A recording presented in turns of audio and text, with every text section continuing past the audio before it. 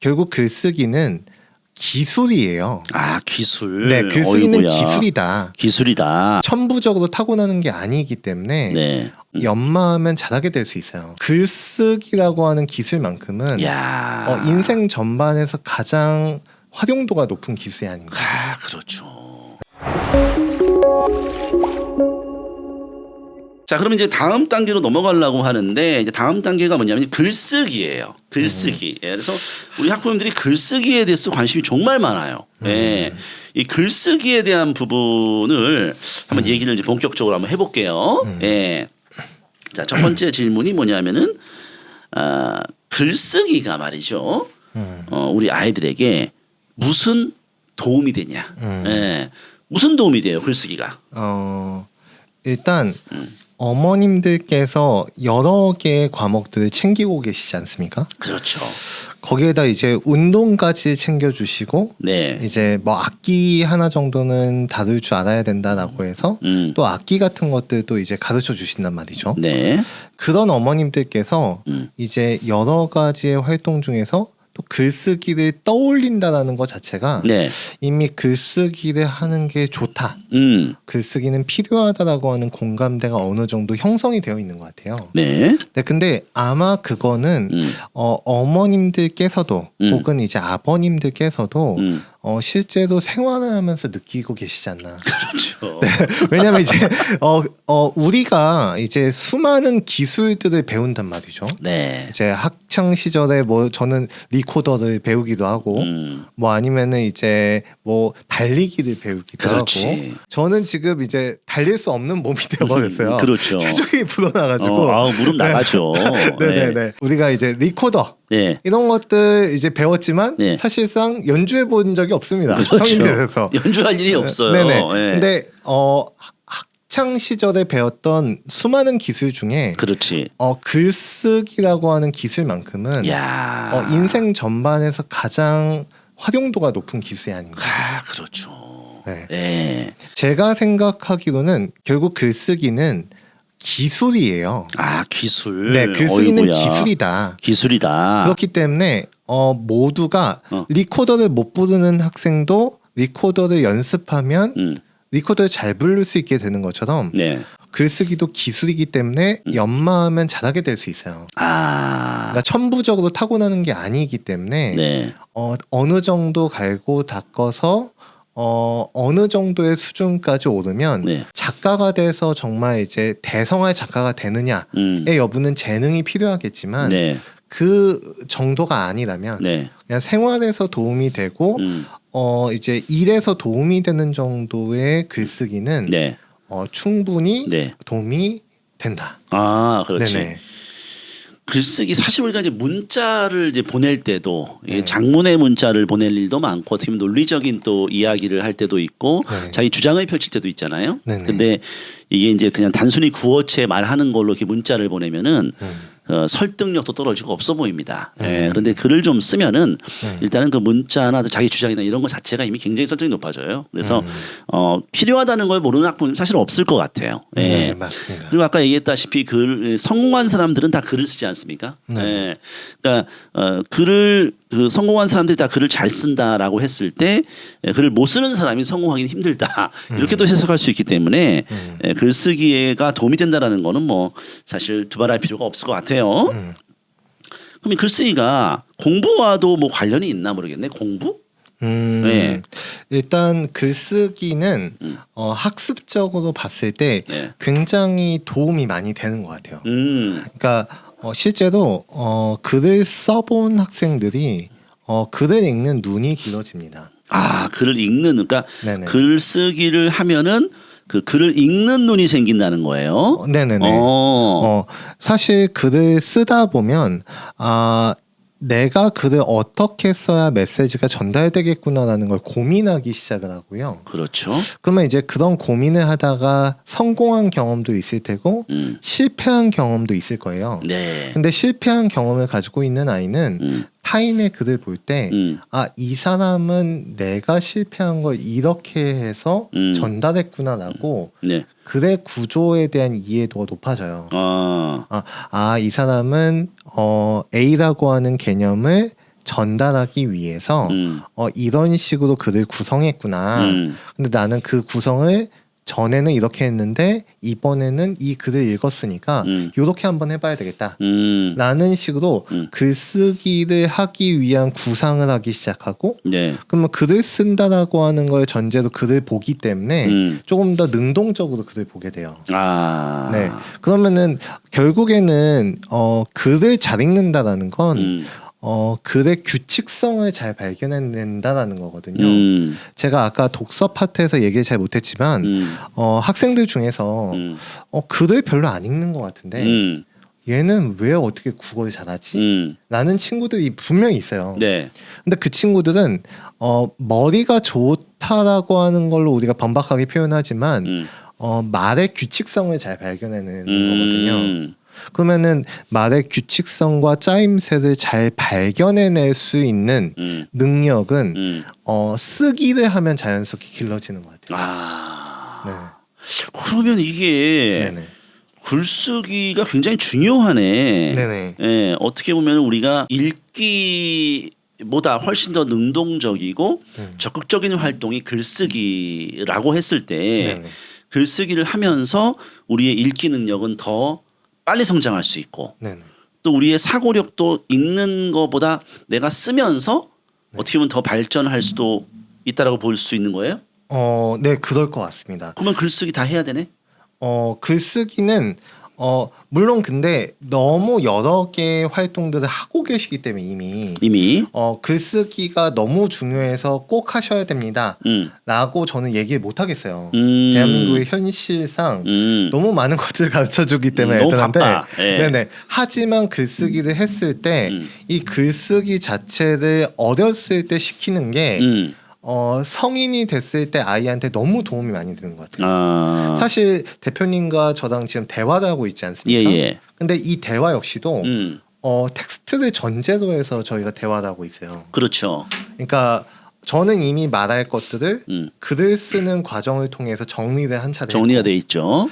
근데 이제 대표님도 지금 약간 당황하실 때가 있으실 수 있겠지만 네네. 왜냐하면 제가 대본대로 안 하고 제가 적은 대로 얘기하지 않고 추가로 얘기하는 것들도 있기 때문에 그렇습니다. 그렇죠. 네. 예. 근데 사실 쓰는 행위 자체가 말하는 행위에도 영향을 많이 미치고 그리고 읽는 행위에도 영향을 많이 미친다는 거예요. 예. 그러니까 사실상 우리가 읽기, 쓰기, 말하기, 듣기 네 가지 과정에서 사실 쓰기 활동이 상당히 많은 부분을 차지한단 말이에요. 실제로 일을 할 때는. 네. 그러니까 이 쓰기 활동이라고 하는 걸 잘하는 사람은 자기 표현 능력이 뛰어난 거고 그러면은 자기가 알고 있는 것들을 남들한테 잘 전달한다는 거기 때문에 네. 많은 것을 아는 것 이상으로 표현하는 것도 중요하잖아요. 네. 네, 그렇기 때문에 쓰기 활동은 중요한 거고 아. 그리고 이제 쓰기 활동이 학습적으로도 중요하고 삶에서도 중요하고 아. 그래서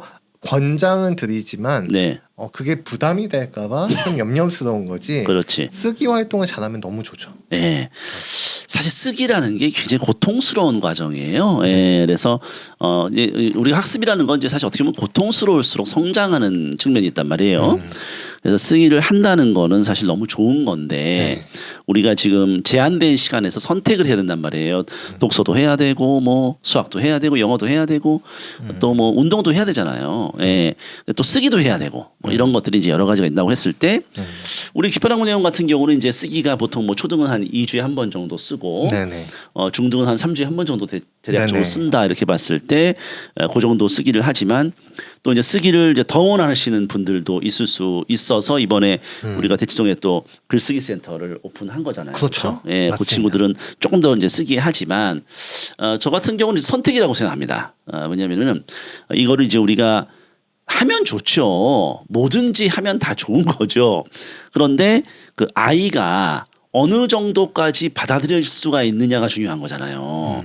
그 애는 받아들일 수 있는 어떻게 보면은 그게 그렇게 크지 않은데 우리가 막 밀어넣는다고 해서 걔가 다 따라가는 건 아니지 않습니까? 그래서 그런 것들은 좀 판단할 여지가 좀 있다 이렇게 생각이 되고 당연히 뭐 해서 안 좋을 수 있겠어요.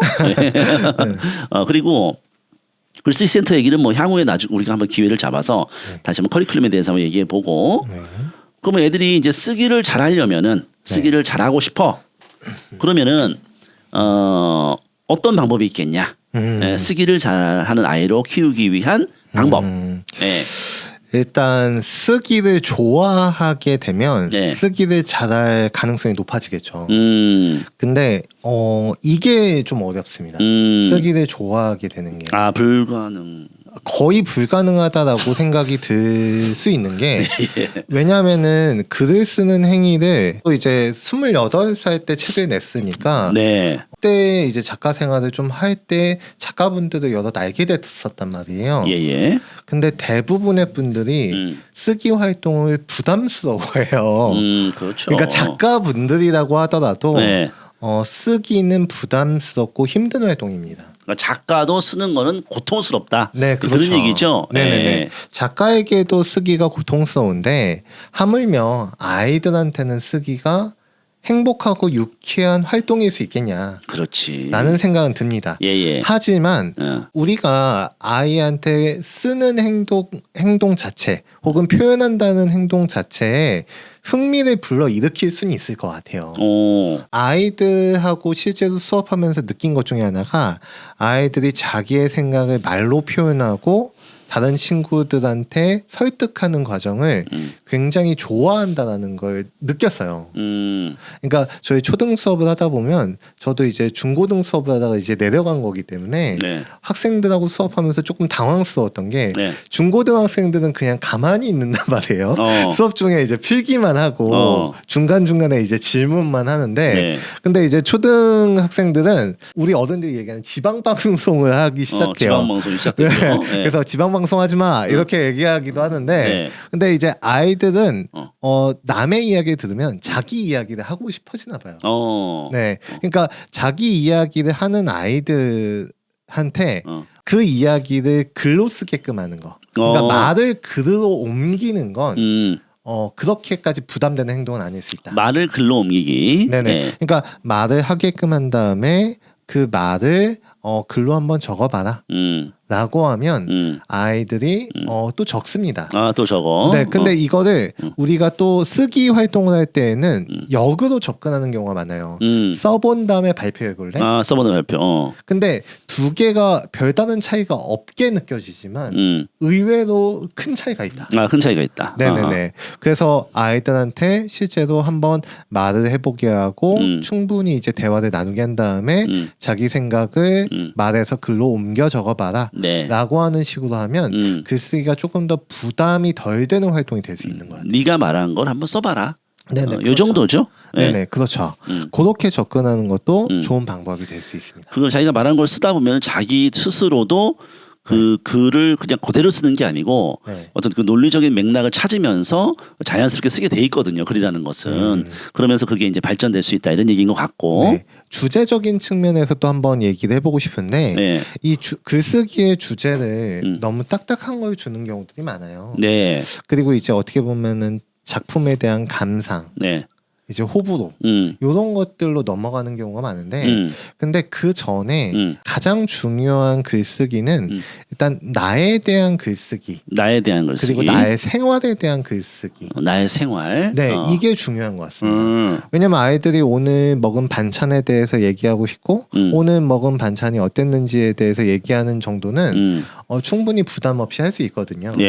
오늘 먹은 반찬을 토대로 식습관에 대해서 얘기해봐라 라고 하는 건 되게 어려운 문제잖아요. 그렇죠. 그러니까 우리는 이제 성인들은 너무 빨리 가는 경향이 있다는 거죠.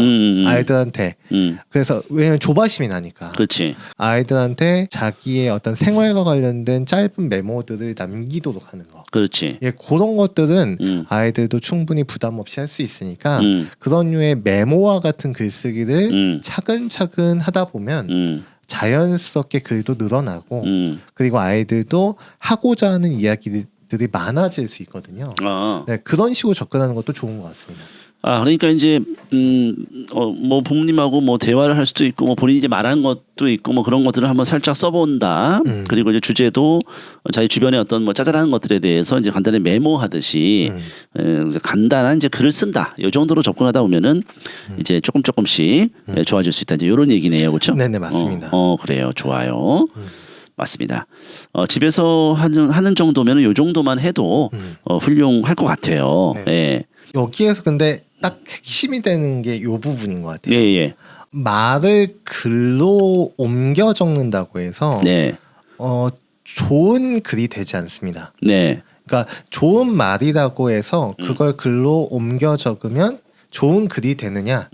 그게 아니기 때문에 글쓰기를 배워야 되는 거거든요. 사실 근데 그 영역은 네. 어떻게 보면 전문적으로 글을 배워야 되는 영역이기 때문에 오. 네, 그래서 그거는 집에서 해주기가 좀 어려운 측면이 있어서 아. 집에서는 조금 이제 글쓰기에 대한 부담을 덜어내고 아이가 글쓰기 자체를 좋아할 수 있게끔 해주는 거, 그런 상황과 그런 토대를 문화를 만들어주는 게 가정에서의 역할인 것 같고요. 가정에서의 역할이고. 그리고 또 이제 글쓰기를 전문적으로 알려주는 건 또 글쓰기 교육 전문가의 영역이라고 저는 생각을 합니다. 아, 결국 학원 보내야 되네. 결국.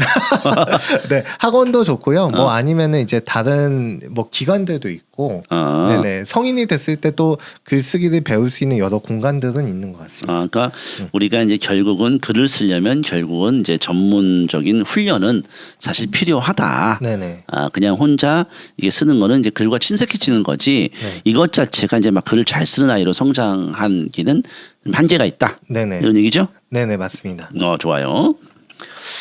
그럼 글을 잘 쓰기 위해서는 어떻게 해야 되냐? 요 얘기로 넘어가 봐야 되나요? 네네. 사실 글을 잘 쓰고 싶죠. 예. 아이들이. 예. 그리고 학원에서 어떤 교육을 해줘야 되는지 사실 선생님들도 잘 모르는 경우들도 많습니다. 그렇죠. 네네. 네. 왜냐하면 이제 선생님들 중에서도 이제 국어 전공자지 네. 글을 전문적으로 써본 분들이 없을 수 있기 때문에 그렇죠. 사실 국어 국문학과 나왔다고 해도 글 한 편 안 적는 경우들도 많거든요. 그렇죠. 네네. 근데 그렇기 때문에 사실 글쓰기를 가르쳐 준다. 네. 혹은 이제 아이가 글쓰기에 흥미를 느끼고 집에서라도 조금 잘 쓰게끔 어떻게 유도할 수 있는가, 네. 가르쳐 줄 수 있는가는 조금 더 이제 다른 방법들이 있는데 네. 오늘은 이제 몇 가지를 좀 소개해 볼까 해요. 그 그러니까 중에서. 글 잘 쓰는 방법. 네네. 충격적인 이야기네. 네네. 네. 근데 글을 잘 쓰는 방법은 몇 가지가 있는데 일단 첫 번째로는 아이들이 이제 글에 대한 자신감을 갖게끔 하는 요인으로서 제가 설명을 드리는 거예요. 자신감을 갖는 방법. 네. 왜냐하면 아이들은 스스로 자기가 잘한다라고 하는 생각이 들면 그렇지. 그거를 더 잘할 수 있게끔 노력하거든요. 그렇죠. 근데 글은 향상심이 굉장히 중요해요. 향상심. 왜냐하면 내가 글을 잘 쓰고자 하는 마음이 있어야 글을 볼 때도 내가 어떻게 참고해서 이걸 글을 잘 쓰는데 활용할까? 이런 눈을 기르게 된다라고 말씀드렸잖아요. 예. 그러니까 이제 글을 잘 쓰게끔 하려면 글을 잘 쓴다라는 믿음을 줘야 돼요. 근데 어렸을 때에는 그게 어렵지 않아요. 예. 그래서 이제 첫 번째로는 아이들이 이제 글을 쓸 때 비유법을 조금 더 적극적으로 쓰게끔 하면 좋습니다. 비유법을 많이 써라. 네네. 네. 비유법을 적극적으로 쓰면 좋은 게 네. 아이들의 비유법은 굉장히 참신한 경우가 많아요. 참신하다. 그러니까 가령 내가 죄책감이 들었어요. 예. 라고 하는 표현이 있다. 예. 근데 이게 아이가 이제 길을 가다가 아스팔트에 붙은 껌딱지를 봤단 말이에요. 예. 내가 그때 미안했던 마음이 내 가슴 속에 껌딱지처럼 붙어 있어요. 라고 표현할 수 있단 말이에요. 아이가. 엄청난데. 네. 근데 그런 류의 어떤 되게 놀랄 만한 표현들을 어머님들은 아이의 글에서 발견했던 적이 있었을 거예요. 왜냐하면 아이들은 아직까지 그 기성 작가들이 사용하는 비유법들을 배운 게 아니고 본인들이 그냥 보는 걸 통해서 비유를 쓰기 때문에 굉장히 참신한 비유들이 많이 나타납니다. 그렇구나. 네, 그러면은 그런 류의 표현들을 적극적으로 활용하는 친구들의 글을 보면 네. 어른들이나 주변 동료들, 주변 아이들 입장에서는 글을 쟤는 잘 쓰는구나. 제 글을 봤을 때는 참신한 표현들이 많아라고 생각할 수 있겠죠. 그러면은 주변에서 쟤는 글을 잘 쓰는 것 같아. 네. 너는 글을 참 잘 쓰는구나라는 칭찬을 받게 돼요. 아하. 그러면은 자연스럽게 글쓰기에 대한 자신감이 붙고 더 잘 쓰고 싶어지고 아하. 그런 선순환이 이루어질 수 있죠. 그래서 그래서 저는 이제 아이들한테 많이 얘기하는 게 일반적으로 조금 이제 비문학적인 글을 쓰더라도 예예예. 참신한 비유법들과 관련된 문장을 써서 예. 너가 강조하고 싶은 부분이 있으면 네. 적극적으로 활용해봐라라고 얘기를 많이 합니다. 아. 그리고 이제 저희 선생님들한테도 비유법을 써서 아이가 정말로 자기 메시지를 조금 더 참신하게 표현한 부분이 있다면 네. 꼭 칭찬해주고 넘어가라라고 얘기를 많이 해요. 아 그래. 네네. 그런 것들 이제 좀 도움이 많이 되는 것 같아요. 그러니까 비유법을 써서 글을 쓰는 네네. 그런 어떤 연습. 네. 사실은 간단한 메모 같은 거 할 때도 문자를 보낼 때도 네네. 나는 오늘 내가 오늘 밥을 먹는 모습은 정말 돼지 같았어. 뭐 이런 식으로 그러니까 약간 비유적인 표현을 쓰는 거죠. 네네네, 맞습니다. 여기 직유법을 많이 써라. 네네. 직유법이라는 거는 뭐뭐처럼 뭐뭐 같이 듯이 인양 이런 표현을 쓰는 게 직유법인데 네네. 이런 것들을 많이 쓰다 보면은 비유적으로 상당히 어떻게 보면 그 본질적인 내용을 네. 참신하면서도 잘 전달할 수 있는 게 비유기 때문에 네네. 이런 걸 많이 쓰다 보면은 글을 잘 쓰게 된다. 네. 아 너무 좋다. 네네. 비유법. 그리고 비유를 쓰다 보면 네. 자연스럽게 두 가지 대상을 비교하게 되고 비교하게 되죠. 그리고 공통점이 없어 보이는 대상들을 연결할 수 있는 네. 사고 능력이 길러지기 때문에 네. 유추의 어떤 그 추론 능력이 길러지거든요. 아 그럼요. 네네. 우리 대학교 때 이제 예전에 그 무소의 뿔처럼 혼자서 가라 뭐 네. 이런 책이 있었습니다. 그런데 이제 그 책이 무소의 뿔처럼 혼자서 간다라고 했을 때 무소의 뿔처럼 이제 직유법인데 그 무소의 뿔을 보면은 혼자서 가는 것이 연상되냐 이게 직유가 성립하냐라는 걸 가지고 그 교수님이랑 제가 봤을 때 한 5시간 논쟁을 한 적이 있어요. 그러니까 이게 굉장히 어떻게 보면은 본질적인 걸 보는 그런 네네. 힘을 기를 수도 있는 건데 그거는 초등학생하고 상관없는 얘기고 어쨌든 간에 지금 중요한 게 아니고 그래서 비유법이라는 거 야 이거 하나만 알아도 괜찮지 않습니까? 이 비유법은 사실 우리가 그냥 일상생활에서 대화를 할 때 예, 문자를 보낼 때 요럴 때도 사실 비유법을 많이 쓰면은 있어 보입니다. 있어 보이고 또 상대방도 이해가 확 돼요. 생동감 있게. 그래서 우리 비유법 쓰기 캠페인 요거를 좀 하면은 좋을 것 같아. 역시 국어가 참 이게 괜찮은 과목이야. 그렇죠? 네. 영어 속 어떻습니까 그거? 미안합니다. 자 그러면은 우리가 글을 잘 쓰는 방법 첫 번째 비유법을 많이 쓰자. 이제 전 국민이 비유법 쓰는 거예요. 너무 훌륭하네요. 그럼 두 번째 방법은 뭐냐? 예. 일단 학생들의 글들을 보면 좀 추상적인 단어들이 늘어나는 시기들이 있어요.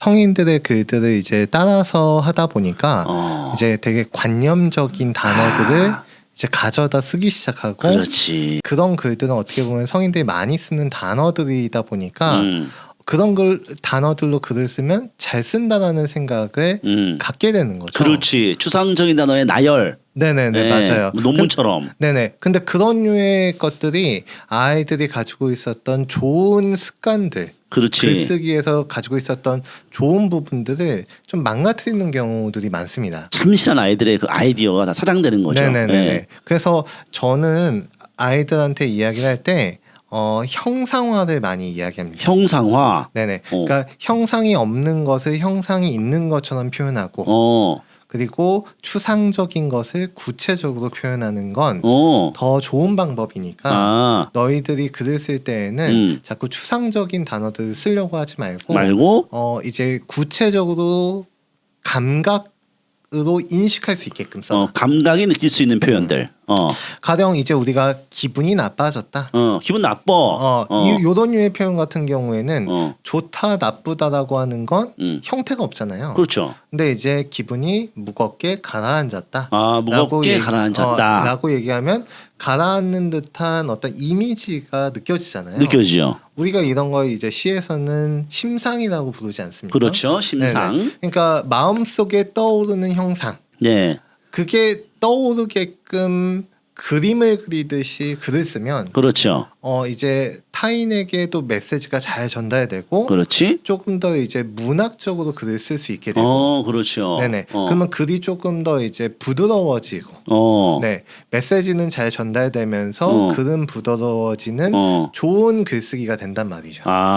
네네. 나 기분이 지금 저기 뭐야 무겁게 가라앉았어. 이런 표현들이 기분 나빠. 이런 표현보다 훨씬 더 이제 잘 전달되고 또 글쓰기 실력을 향상시킬 수 있다. 네네. 그래서 우리가 추상적인 단어를 굉장히 많이 쓴다. 뭐 좋아, 그럼 나 좋아. 뭐 이런 식으로 이게 다 추상적이거든요. 어떻게 보면은 그런 것들을 감각으로 느낄 수 있는, 이미지로 느낄 수 있는 그런 형상화를 한다. 사실 이런 것들이 우리가 이제 시에서 배우는 내용인데 결국 우리가 이제 시도 공부를 해야 되네. 그렇죠? 국어를 해야 돼 역시. 그래서 시에서 또 이런 것들을 많이 접하다 보면은 자연스럽게도 이런 표현을 잘 쓰게 되기도 하거든요. 그래서 일단 두 번째는 이제 감각화, 형상화라는. 그러니까 구체화라고 얘기할 수도 있어요. 추상적인 말보다 구체적인 말을 하자. 그것을 약간 비유적으로 사용하기도 하고 형상화하기도 하고 비슷한 말이기도 합니다. 네네. 두 번째는 이제 감각적으로 형상화해라라는 걸로 이제 볼 수가 있겠고 또 뭐가 있어요? 일단 첫 번째, 두 번째와 조금 다른 결인데 첫 번째, 두 번째의 맥락은 아이들의 글쓰기에서 좋은 장점을 살려갈 필요가 있다라는 맥락이었어요. 그렇죠. 근데 이제 세 번째 같은 경우에는 조금 다른 관점을 제시하려고 하는데 글쓰기에서 글을 가장 빨리 배울 수 있는 방법이 모방입니다. 모방. 참신하게 쓰는 법 혹은 이제 창의력 이런 것들을 많이 강조하다 보니까 모방이라고 하는 단어가 나왔을 때 거부감을 가지시는 분들도 많아요. 네, 근데 의외로 글을 잘 쓰려고 노력할 때 가장 많이 하는 방법은 필사입니다. 필사. 남의 글을 베껴 쓰는 거죠. 그대로 베끼는 거죠. 네네. 국문과 학생들은 엄청 합니다. 필사. 그렇죠.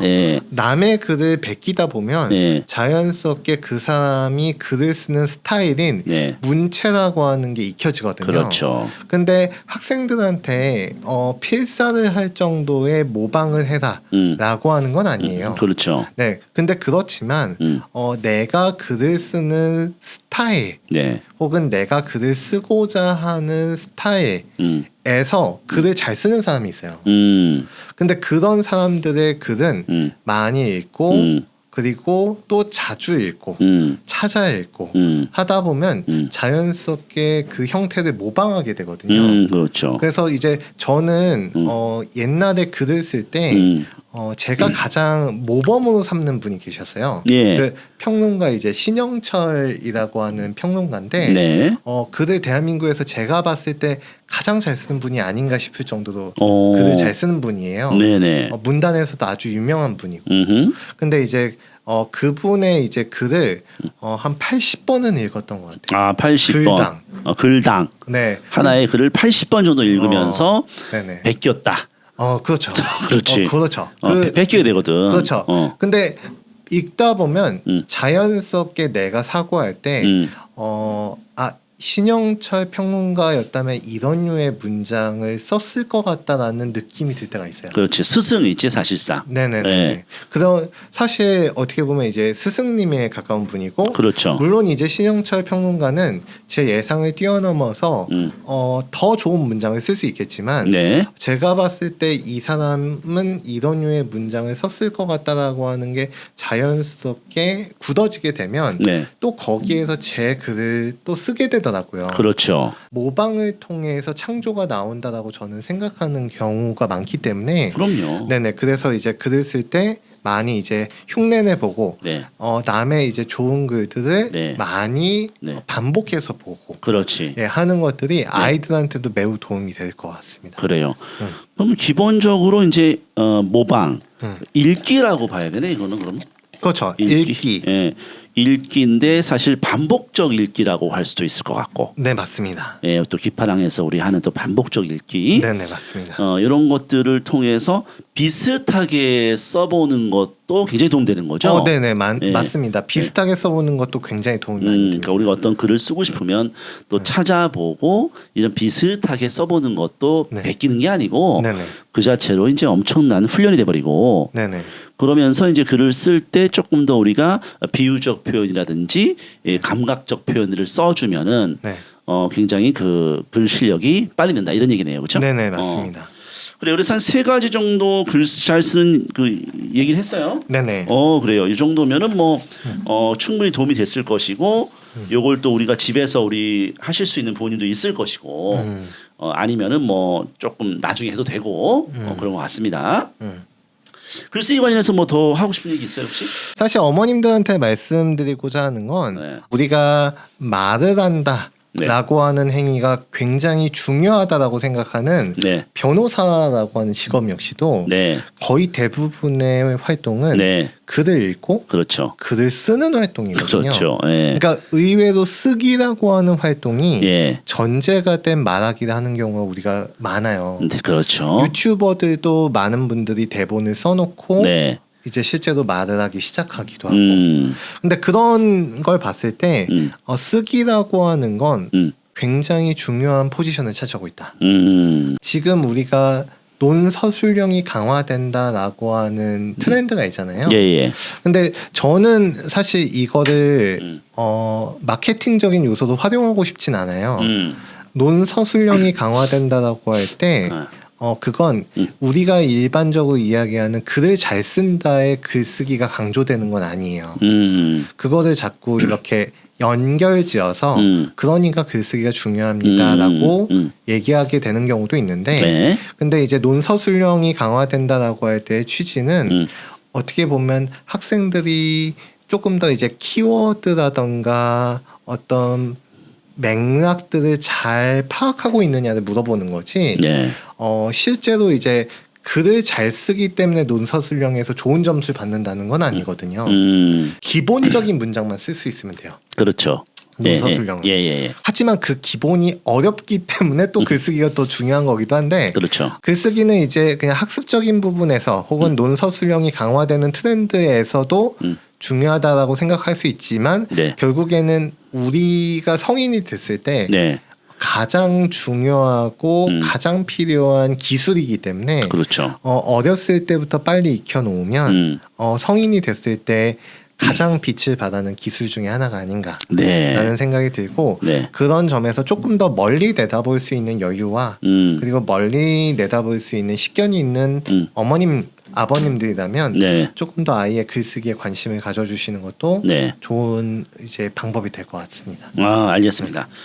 일단 글쓰기에 대해서도 이제 쭉 얘기를 해봤는데 일단은 글쓰기라는 것이 이제 어떻게 보면은 그 읽기의 이제 완성과도 같은 그런 느낌이죠. 그래서 글을 쓴다라고 했을 때 그런 정도 얘가 쓴 아이가 됐으면 사실 걔는 잘 읽는 아이예요 이미. 그래서 우리가 글쓰기 글 읽기의 완성으로 가려면 쓰기가 결국 될 수밖에 없다 이렇게 좀 생각이 되고 글을 좀 잘 쓰려면은 어떤 방법이 있을까 집에서 간단한 쓰기를 하면서 좀 흥미를 돋구고 그리고 나아가서 이제 직유법이나 감각적 표현이라든지 모방 등을 통해서 글쓰기 훈련을 좀 할 수 있다 이런 얘기들을 오늘 해봤는데 오늘 뭐 모든 얘기를 뭐 다 할 수는 없으니까 네, 다 할 수는 없으니까 요 정도로 오늘은 이제 마무리하고 긴 시간 동안 얘기를 했는데 또 다음 기회에 또 비슷한 주제나 다른 주제로 그 이준기 원장하고 만나도록 하겠습니다. 네네. 네 그래요. 오늘 네. 첫 유튜브 방송이었는데 네. 유튜브 방송이 처음이어가지고 굉장히 떨었는데 네. 대표님께서 잘 이끌어 주신 덕분에 네. 네, 좀 편안하고 유쾌한 분위기에서 할 수 있었던 것 같습니다. 아 그래요? 예, 네네. 저도 뭐 많이 지금 사실 떨고 있는데 어쨌든 뭐 점점 나아지겠죠. 네. 자 오늘 고생했고 네. 다음에 또 만나도록 하겠습니다. 네, 감사합니다. 네.